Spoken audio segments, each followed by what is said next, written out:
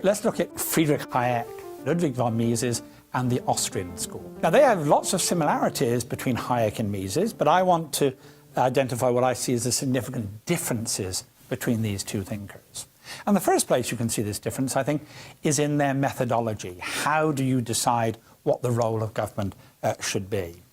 Hayek tends to emphasize the limits of knowledge, that the limits of reason and understanding what we should do. He's much more willing to give deference to tradition, to how the rules that have evolved over a period of time. So, for example, he's much more interested in the whole question of a spontaneous order, how we come to work together without any central planner that tells us how we should behave. He's interested in the common law, how traditional law has developed over the ages. So he's cautious about self-evident truths that, for example, the founders of the United States Constitution examined.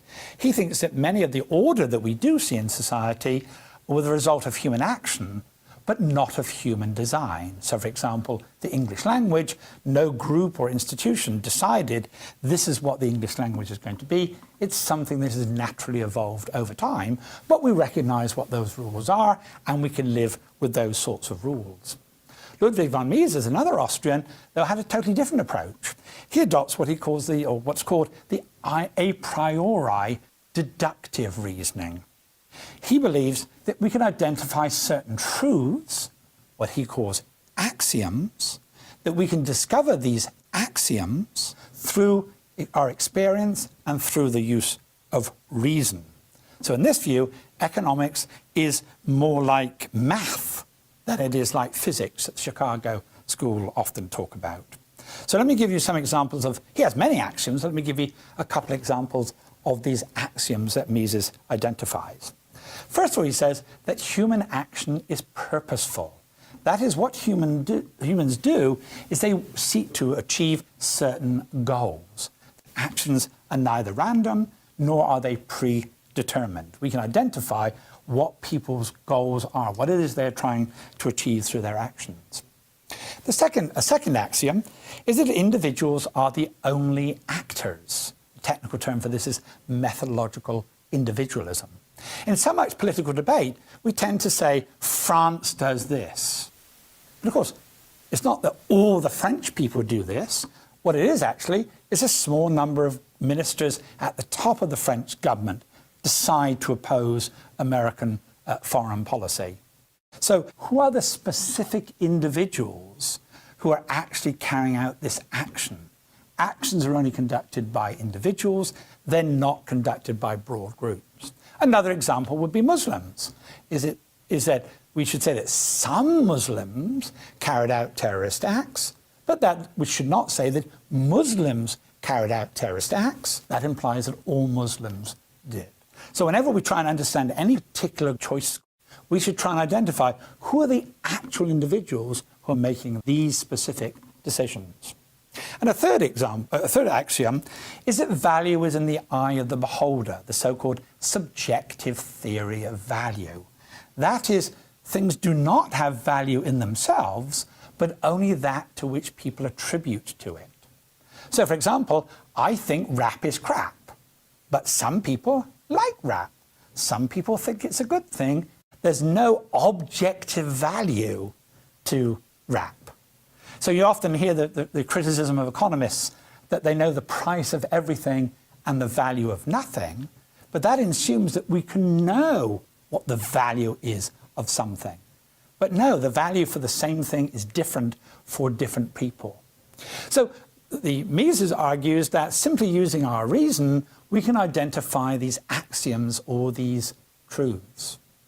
Now, Mises and Hayek tend to agree about why government should be limited. Because government policymakers lack the knowledge, they can't understand what the goals are of people. Because everybody has a variety of different goals. We can't predict, you want this, you want this, you want that. Goals are so diverse. And secondly, government can't work out what is the best means for people to achieve these goals. We can't plan that in advance. If we do X, the results will be Y. So they're very skeptical about the government's ability to identify what people's goals are, and to satisfactorily meet those goals. That's why the Soviet Union collapsed. It suffered from the knowledge problem of knowing what people wanted, and it suffered from the knowledge problem of knowing how to achieve those goals. So it's a consequentialist view. The consequences of governments carrying their action is often bad, or usually bad. When it comes to the question about what is the role of the state, though, Hayek and Mises again diverge. Hayek says the criteria for deciding what government should do is what he calls the rule of law, by which he means there are certain general principles that we should apply to any government action or any piece of legislation. Just like in the United States, the Supreme Court will often look at a law signed by Congress, passed by Congress, signed by the President, but the Supreme Court will sometimes say, no, that's illegitimate. We strike this down under the US Constitution. Well, Hayek argues that every society has these general principles that he calls the rule of law that we should apply to every government action. He has a long list of what these examples of the rule of law, just mention some of them. That these are laws that should apply to everyone. There shouldn't be particular exceptions. So, for example, it's very common for the US Congress to pass a law which applies to everyone else except themselves. So a classic example of that was the Americans for Disabilities Act. They passed a law saying that all buildings needed to adjust in a certain way to enable disabled access. But then, during the debating the bill, they realized that it would cost the US Congress hundreds and hundreds of millions of dollars to adapt the Capitol Hill to meet those standards. So they excluded themselves from that bill. That's an example of something where we're not getting equality before the law. They're creating exceptions for themselves. Another example would be earmarks, which is where they're saying, where it's said that government should spend the money with this particular company, with this particular age. He argues all those things should be considered illegitimate because they go against the rule of law. And another example would be that laws should always be prospective. That is, they should be future-oriented. They shouldn't punish something that happened in the past. So you may have done something in the past which was legal then they pass a law, it's illegal. You should not be punished for something that occurs in the past. So that's his criteria of any government action. Does it meet the rule of law? Does it meet these higher principles? And his conclusion is somewhat similar to Milton Friedman's in terms of what government should do, although he comes from it, his approach to it is based on a different methodology. He does believe, for example, that some form of limited welfare state can be justified by following the rule of law. Whereas Ludwig von Mises says, following these axioms, it leads us to conclude that there should only be a minimal state. That is, the job of government is solely and exclusively to guarantee the protection of the life, health, liberty, and private property. There is no role for the welfare state, only a minimal state.